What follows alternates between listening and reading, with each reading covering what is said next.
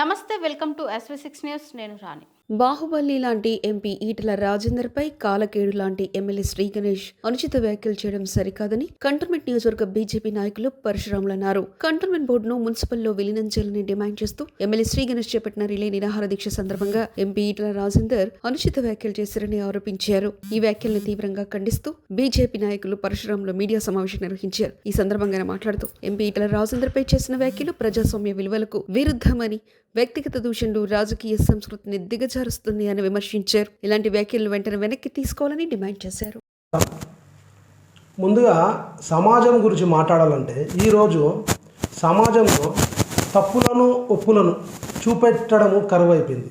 పూర్వం రోజులలో తప్పును ఒప్పును అని మన బస్తీల పెద్దలు ఎదిరించి తప్పు చేసినోని గుంజకు గట్టేసి కొట్టాడు. అటువంటి రోజులు పోయినాయి. ఈ తరుణంలో మాకు మంచి నాయకుడు ఈటెల రాజేందర్ గారి రూపంలో మల్కాజ్గిరి కాన్స్టిట్యున్సీకి కంటోన్మెంట్కు మంచి నాయకుడు దొరికిండని మేము సంతోషపడుతున్నాం. అయితే ఈ మధ్య మర్జర్ దీక్ష చేస్తున్నటువంటి ఎమ్మెల్యే శ్రీ గణేష్ గారు నిన్న ఈటెల రాజేందర్ గారిని ఉద్దేశించి అనుచిత వ్యాఖ్యలు చేయడం జరిగింది. ఈ అనుచిత వ్యాఖ్యలు చేస్తూ ఆయన్ను రాజీనామా చేయాలి, ఆయన రావాలి అని వ్యాఖ్యలు చేస్తున్నారు ఈటెల రాజేందర్ గారు. మన తెలంగాణ రాష్ట్రం మొత్తం తెలుసు. ఈటెల రాజేందర్ గారు ప్రభుత్వంలో టీఆర్ఎస్లో మినిస్టర్ ఉన్నప్పుడు కరోనా సమయంలో ప్రతి గవర్నమెంట్ హాస్పిటల్ వ్యాక్సిన్ కోసం కానీ, మందుల కోసం కానీ, పీపీ కిట్ల కోసం కానీ తన ప్రాణాన్ని లెక్క చేయకుండా తిరిగిన రోజులు మనందరం చూసినాం. రెండోది, ఈటెల రాజేందర్ గారు కేసీఆర్ లాంటి పెద్ద నాయకుడిని విభేదించి ఆత్మగౌరవం కోసం బయటికి రావడం జరిగింది.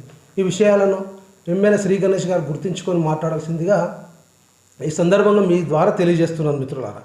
అయితే ఈటెల రాజేందర్ గారు మన ఎంపీ అయిన తర్వాత ఎంపీఏ కాక మా cantonment all India cantonment board employees federation president కూడా ఆయనను ప్రొటెక్ట్ చేస్తూ ఆయనను ఎవరేమన్నా మాట్లాడాల్సిన బాధ్యత మాకుంది. కాబట్టి ఇవాళ ఏంటంటే ఫస్ట్ అణగారిన వర్గాలైన మావోలను, సఫాయి కర్మచారీస్ చనిపోయిన ఉద్యోగాలను డిఫెన్స్ మినిస్టర్ దగ్గర కానీ పార్లమెంట్లో అణగారిన వర్గాలైన మావోలను అత్యుత్తమైన హయ్యెస్ట్ ప్లాట్ఫామ్ అయిన పార్లమెంట్లో రేజ్ చేసిన మహానాయకుడు ఈటెల రాజేందర్ కాదా అని వాళ్ళ మీ ద్వారా అడుగుతున్నాను.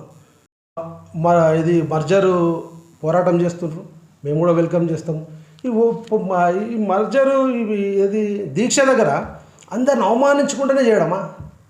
మా బాబు జగ్జీవన్ రామ్ గారి ఫోటో లేకుండే, మా ఎంఆర్పిఎస్ నాయకులు, మా లోకల్ నాయకులు ధర్నా చేస్తే ఫోటో అంట పెట్టారు. ఇంకోటి సచ్చి సరిగానున్నాడు సాయన్న గారు, అటువంటి ఉత్తముని అనుచిత వ్యాఖ్యలు చేయడం జరిగింది. ఇది ఎంతవరకు సమంజసము? ప్రజలు చూస్తలేరు అనుకుంటుర్రా? ప్రజలు చూస్తారు, ఖచ్చితంగా మీకు జవాబు చెప్తారు. అయితే మేము బండ్ల మీద మస్తాన్ హోటల్ కాడ, ఇది బోయినపల్లి గ్రౌండ్ కాడ, పైరడైస్ హోటల్ కాడ రెగ్యులర్గా మేము ప్రజలను కలుస్తుంటాం. ప్రజలు చెప్తున్నారు వెరీ క్లియర్ ఏమంటే, అయ్యా మీరు మున్సిపల్లో కలుపుతారా, కంటోన్మెంట్ ఉంచుతారా, మాకేం సంబంధం, మన ప్రాబ్లం సాల్వ్ చేయమంటారు. అయ్యా మీరు ప్రాబ్లం సాల్వ్ చేయండి ఎమ్మెల్యే గారు. మీరు ఏంటి ఫస్ట్ మీ సమక్షంలో మార్టిగేజ్ సిస్టమ్ వచ్చింది. ఆ మార్టిగేజ్ సిస్టమ్ లిఫ్ట్ చేయించండి. మార్టిగేజ్ సిస్టము 600 గజాలు పైన ఉంటే మార్టిగేజ్ సిస్టము అమలు చేస్తే బాగుంటుంది. కంటోన్మెంట్లో 300 కాలనీలలో చాలా తక్కువ 300 గజాల కన్నా ఎక్కువ ఉన్న ప్లాట్స్ ఉన్నాయి. 300 గజాల లోపల ఉన్న ప్లాట్లే అన్నీ. ఫస్ట్ మీరు మార్టిగేజ్ సిస్టమ్ లిఫ్ట్ చేయించండి సార్. తర్వాత ఎండాకాలం వస్తుంది, నీళ్ళ సమస్య ఇప్పటికే వారానికి ఒకరోజు ఇస్తున్నారు. మీరు హైదరాబాద్ మెట్రో వాటర్ సప్లైతో మాట్లాడి మాకు నీళ్ళు రెగ్యులర్ ఇచ్చినట్టు చూడండి సార్ మీరు ఫస్ట్. అయితే ఇంకోటి, మా స్లమ్లల్లో, మా వాడలల్లో బోర్వెల్లని ఇవాళ కరెంట్ కనెక్షన్ కట్ చేస్తున్నారంట. మరి మేము కరెంట్ బిల్ ఎక్కువైందని కట్ చేస్తున్నాం. అంత కట్టగలిగితే మిమ్మల్ని మీ చుట్టూ తిరిగి మీ జెండాలు మోసి బోర్వెల్ కనెక్షన్ తప్పని మిమ్మల్ని అడగాం కదా సార్. ఆ బోర్వెల్ డిస్కనెక్ట్ కాకుండా చూడండి మొదలు మీరు. ఇంకోటి, ప్రాపర్టీ ట్యాక్సులు 1000 రూపాయలు ఉన్న వాళ్ళకి 2 times 3 times 10 times పెరిగినాయి. ట్యాక్సులను స్ట్రీమ్లైన్ చేయించేటట్టు చూడండి సార్, తగ్గించేటట్టు చూడండి ఎమ్మెల్యే గారు మీరు ఫస్ట్. బొలారం హాస్పిటల్లో సార్ మందులు లేవంట. ఒక పేదోడైనా మొన్న అడ్మిట్ అయితే రోజుకు 1000 రూపాయలు కట్టాలంట. మందు, ఇంజెక్షన్, గ్లూకోజ్ అన్నీ బయటకి తెచ్చుకోవాలంట. అది చూడండి సార్ ఫస్ట్ మీరు. ఆ కంటోన్మెంట్ ఎంప్లాయీస్కు ల్యాండ్ 28 ఎకరాల ల్యాండ్ ఏది అస్మన్పేట ట్రెంచింగ్ గ్రౌండ్లో ఉంది. ఆ ల్యాండ్ మాకు ఇప్పియాలని పోరాటం చేస్తున్నటువంటి నాయకుడు ఈటల రాజేందర్ గారు. ఇదేగాక ఆయన ఎంపీ అయిన తర్వాత ఫస్ట్ బోర్డు మీటింగ్ కంటోన్మెంట్లో అయినప్పుడు బోర్డు మీటింగ్కి వచ్చి బోర్డు మీటింగ్ ఎంటర్ కాగానే మన తేలుకుంట సతీష్ గారు ఈ రాజీవ్ రహదారి ఎఫెక్టెడ్ వాళ్ళందరినీ తీసుకొచ్చి రిప్రజెంటేషన్ ఇవ్వడం జరిగింది. బోర్డు మీటింగ్లో నేను సాక్ష్యం, ఇవాళ ఉన్న ఎమ్మెల్యే గారు కూడా ఆ బోర్డు మీటింగ్లో ఉన్నారు. ఖచ్చితంగా మా ఆ రోజు అది సూపరింటెండెంట్ ఇంజనీర్ అయినటువంటి ఆయన అడిగాడు ఈటెల రాజేందర్ గారు ఏమన్నాడు, అయ్యా మీరు రోడ్ వైండింగ్ చేసుకోండి కానీ 200 ఫీట్లు కాదు 140 ఫీట్లు చేసుకోండి. జూబ్లీ కాడ ఒక ర్యాంప్ అయ్యిండ్రి, ఎంసీఎం ఇక్కడ ఒక ర్యాంప్ అయ్యిండ్రి, షామీర్పేటలో ఒక ర్యాంప్ అయ్యింది, కానీ ఒక్కోళ్ళు కూడా మా వాళ్ళు ఎఫెక్ట్ కావద్దు అని కోరడం జరిగింది. ఏమనైతే నేను ఊరుకోనని ఆ రోజు బోర్డు మీటింగ్లో ఫస్ట్ బోర్డు మీటింగ్లో వార్నింగ్ ఇవ్వడం జరిగింది. ఎంపీ ఈటెల రాజేందర్ గారు మీ సమక్షంలో, అది మీరు చూడలేదా, మీకు తెలియదా? అదేగాక బోయిన్పల్లి రైల్వే స్టేషన్ అయిన తర్వాత ప్యాసేజ్ లేక ఎవ్వరు ప్యాసింజర్స్ రావడం లేదు. దాన్ని మొన్న రాకేష్ మిత్తల్ గారికి చెప్పి సుచిత్ర దగ్గర నుండి ప్యాసేజ్ ఇవ్వమని అడిగారు. ఈ సమస్యను అడ్రస్ చేయడం కాదా అండి? మొన్న వెరీ రీసెంట్ పాస్ట్లో జేబీఎస్ దగ్గర మా ఎస్టీ సోదరులై దుకాణాలన్నీ కంటోన్మెంట్ బోర్డు కూలగొట్టడం జరిగింది. వాటి మీద స్పందిస్తూ వాటిని నిన్నగాక మొన్న బోర్డు మీటింగ్ జరిగిన బోర్డులో ప్లేస్ చేసి వాళ్లకు ఆల్టర్నేటివ్ కట్టేయాలని బోర్డు పాస్ అయింది. వాళ్ళ దాన్ని అప్రూవల్ పంపించి వెట్టింగ్ అయిన తర్వాత కడతారు వచ్చి రేపు. అది మరి ఇన్ని సమస్యలను మాట్లాడుతున్నట్టు ఈటల రాజేందర్ గారిని అనుచిత వ్యాఖ్యలు చేయడం ఎంతవరకు సమంజసం మీరు ప్రజలందరూ చూస్తున్నారని మీ ద్వారా చెప్తూ, కార్యకర్తలను ఎప్పుడు ఫోన్ చేసినా ఇమీడియట్ లేపేటువంటి మా ఈటల రాజేందర్ గారు. ఇంకోటి ముఖ్యంగా నేను మర్జర్ విషయం చెప్తాను మీ ద్వారా. ఈ మర్జర్ అనే విషయాన్ని ఫ్రెండ్స్, ఇది గవర్నమెంట్ ఆఫ్ ఇండియా పాలసీ. ఇది ఇవాళ మీరు అడగడం వల్ల కాదు, గవర్నమెంట్ ఆఫ్ ఇండియా పాలసీ ఇది మర్జ్ చేద్దామనేసి. 1765 to 800లో మొదలైన కంటోన్మెంట్లను ఇవాళ ఇమ్మీడియట్ ఓవర్నైట్ మర్జ్ కావు కదా. వాటిని సమస్యలను అన్నీ సాల్వ్ చేసుకుంటూ రావాలి. అయితే మేము ఎప్పుడైతే ఎంపీ సాబ్ నేను డిఫెన్స్ మినిస్టర్ గారి దగ్గరికి వెళ్ళినప్పుడు డిఫెన్స్ మినిస్టర్ రాజ్నాథ్ సింగ్ గారు ఒకటే మాట అన్నారు, ఈ కంటోన్మెంట్లు అనేటివి స్టేట్ గవర్నమెంట్లో కలిసిపోతున్నాయి కదా, మీ సమస్యలను అక్కడ సాల్వ్ అవుతాయి కదా అంటే ఈటల రాజేందర్ గారు ఏమన్నారంటే తెలుసా, సార్ మీరు కలుపుకోండి 4000 నుంచి 5000 ఇండ్లు ఉన్నాయి మా బజార్లు. ఎక్కడ?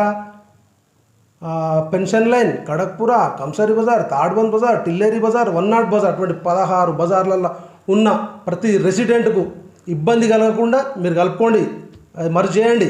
అట్లనే కాక 100కు పైచీలకు ఉన్న బంగ్లోస్ వాటికి జెన్యూనిటీ చూడండి, వాళ్ళకు కూడా ఎఫెక్ట్ కాకుండా న్యాయం చేస్తూ కలుపుకోండి అని చెప్పడమే జరిగింది తప్ప పుండొక జాలు ఉంటే మందొక జాలు పెడుతుండ్రు.